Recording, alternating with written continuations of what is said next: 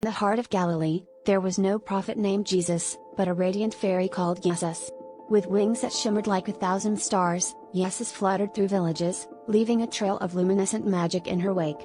Her presence was often mistaken for divine intervention, as her light pierced the darkness of the night, guiding lost travelers through the dense forests and treacherous terrains. The villagers, in their awe and reverence, began to speak of these miraculous occurrences as acts of a god, never knowing that it was the gentle fairy Jasus who watched over them. One serene evening, as her light danced on the surface of the Sea of Galilee, she noticed a group of fishermen struggling against a sudden storm.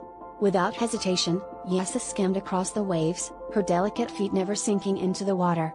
To the astonished fishermen, it seemed as though she was walking on water, a feat they could only attribute to divine power.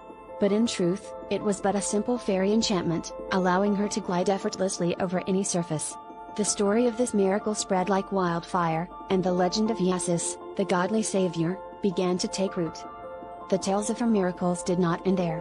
One day, at a wedding in Cana, the wine ran dry, causing great distress among the guests. Jasus, with a flick of her tiny wrist, transformed water into a rich, red wine, the liquid glowing faintly with her magical essence. The guests marveled at the sudden abundance, believing it to be a blessing from above. Yet it was merely another example of her fairy magic, an illusion so perfect that it reinforced the belief that she was a god among mortals.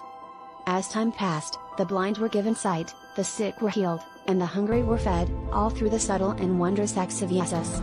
Her fairy powers, misunderstood and revered, wove a tapestry of miracles that would be remembered for generations. But to those who could see beyond the myths, Jasus remained a gentle fairy, whose only desire was to bring light and hope to a world in need.